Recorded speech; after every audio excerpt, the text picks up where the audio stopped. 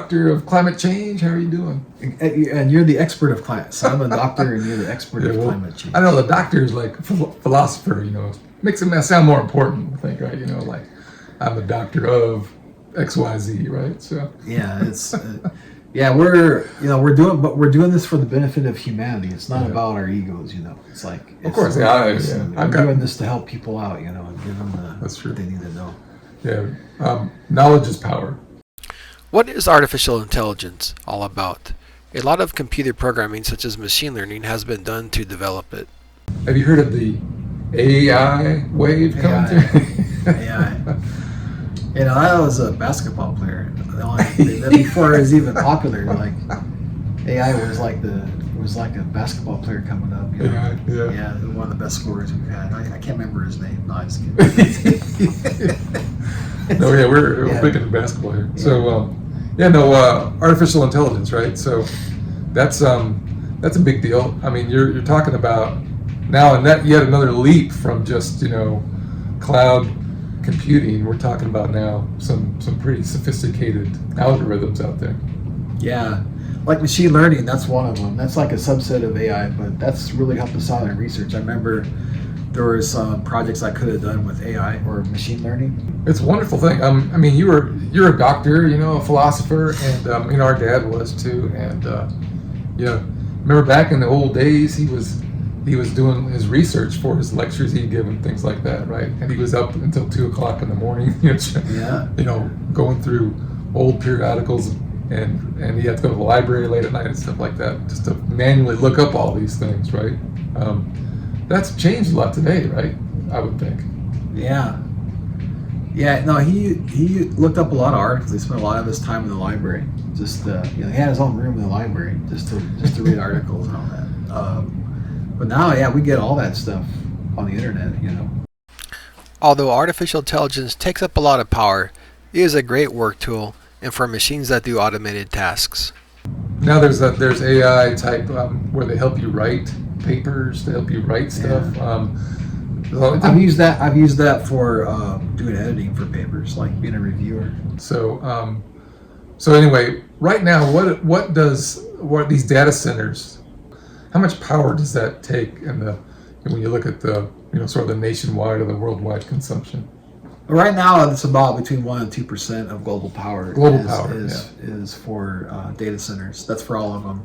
Which isn't much, right? I mean, it's not too much, but it's like right now it's like a small to medium-sized country. Like a country maybe like France. All the power they use for a year is what like all the data centers in the world would. Okay, so that's kind of significant then. But that's supposed to double, like I think, in a few years. Well, I think by 2030, it's supposed to be almost 5 to 10 times as much, right?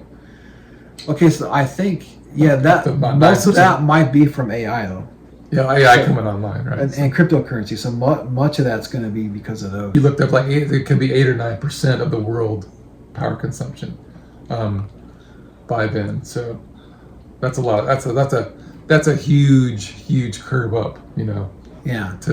And like I said, maybe there's more inventions coming down the line that's even going to ramp that up even faster. I'm not against all this. I'm for all this, okay? And I think most people are, because it's going to improve their lives. Yeah. But what do we do? I guess what do we do for this neat convenience? Not really a convenience thing. It's going to become a necessity at some point. It's like right now, our phones 20 years ago weren't.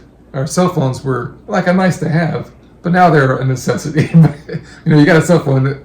People have a hard time operating without their cell phone anymore. It's basically a necessity at some point. Yeah. And so this may be what it becomes, in the next decade. So, we're going to need this.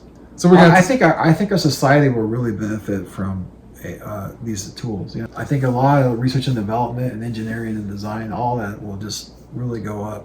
I think you're right. There's so many things that AI can do to find efficiencies. Like right now, just think about like when you're traveling in your car across the city and you're sitting at a light.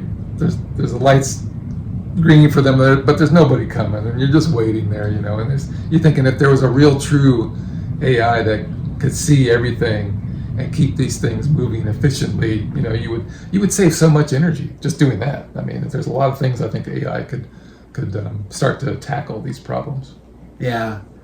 My my stepson was talking about how you could do self-driving. I think his dad was into that. Like he was big, so that's why he really likes it, because his dad was going to conferences. Oh, cool. On self-driving. So that's something that AI would do really well. And he was telling me in Phoenix, actually, there's a lot of taxis that do self-driving. I think we'll see a lot of different kind of occupations use AI. Because I was even, some of the jobs I've seen is where you test out AI. Yeah, as well. yeah, it could create a lot of jobs. It might take away some jobs, but it's going to create more jobs too. So, which is nice. So, which I think is how things start to evolve in our society. We definitely, when the computer came online, remember that, it's going to take away all these jobs and, accountants and all these things, and stuff. But it did take away some jobs, right? And it automated a lot of jobs, so you didn't need that labor force anymore. But slowly that transitioned into more and more technical and tech jobs. So I think we should be very grateful for the future that's coming up. It's pretty exciting. Yeah, I think so. Awesome. All right. Well, hey, Dr. Catterman, we'll leave it from there, and I guess we'll leave it there, not leave it from there. Yeah, very good. All All right, bye. Bye.